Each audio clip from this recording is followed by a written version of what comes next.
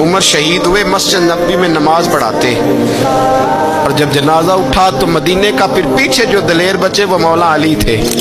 यकम मुहर्रम हजरत उमर की शहादत है।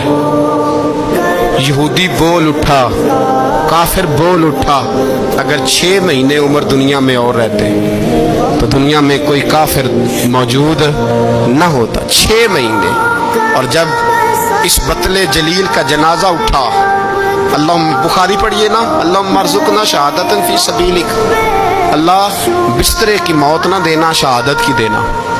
उमर शहीद हुए, मस्जिद नबी में नमाज पढ़ाते, और जब जनाजा उठा तो मदीने का फिर पीछे जो दलेर बचे वो मौला अली थे।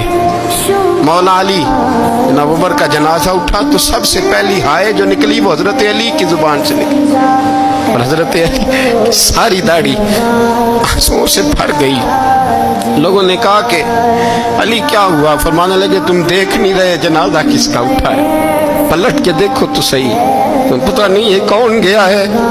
हुजूर क्या हुआ? और फरमाने लगे उमर इस तरह के काम करके गया है, अब इनके